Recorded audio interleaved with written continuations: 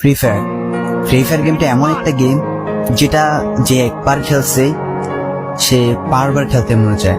প্রথম পারবে না, চেষ্টা করতে করতে যখন পেরে যায় তখন আর ছাড়ে না। আর এই গেমটা যারা একবার খেলছে, যার মনে একবার জায়গা করে নিয়েছে, সে কখনোই এই গেমটা বলতে পারবে না।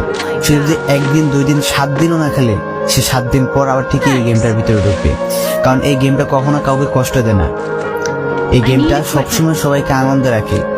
এই গেমটাতে আমি অনেক সময় কাটাইছি, আর এটা আমি কখনো ভুলতে পারবো না। এই গেমটা আমার কাছে এমন একটা গেম যেটা কিনা আমি বলে বোঝাতে পারবো না।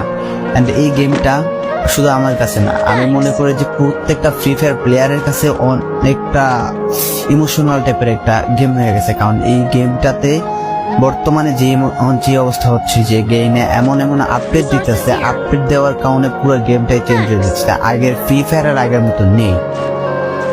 তো এই কারণে হয়তো কোনো এক সময় আমরা এই গেমটা ছাইড়া দিতে হবে, তবে ছাড়া হবে না।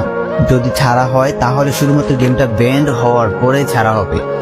তো যদি পার্মানেন্টলি গেমটা ব্যান করে দেয় তাহলে আমাদের এই গেমটা থেকে বিরত থাকতে পারবো। আর না হলে কোনোভাবে ছাড়া, যতই আপডেট আসুক না কেন আমরা ছাড়তে পারবো না। এই গেমটার প্রতি যত একটা মায়া জড়াই গেছে, তো এটা আমাদের পক্ষে ছাড়া একবারে পসিবল না।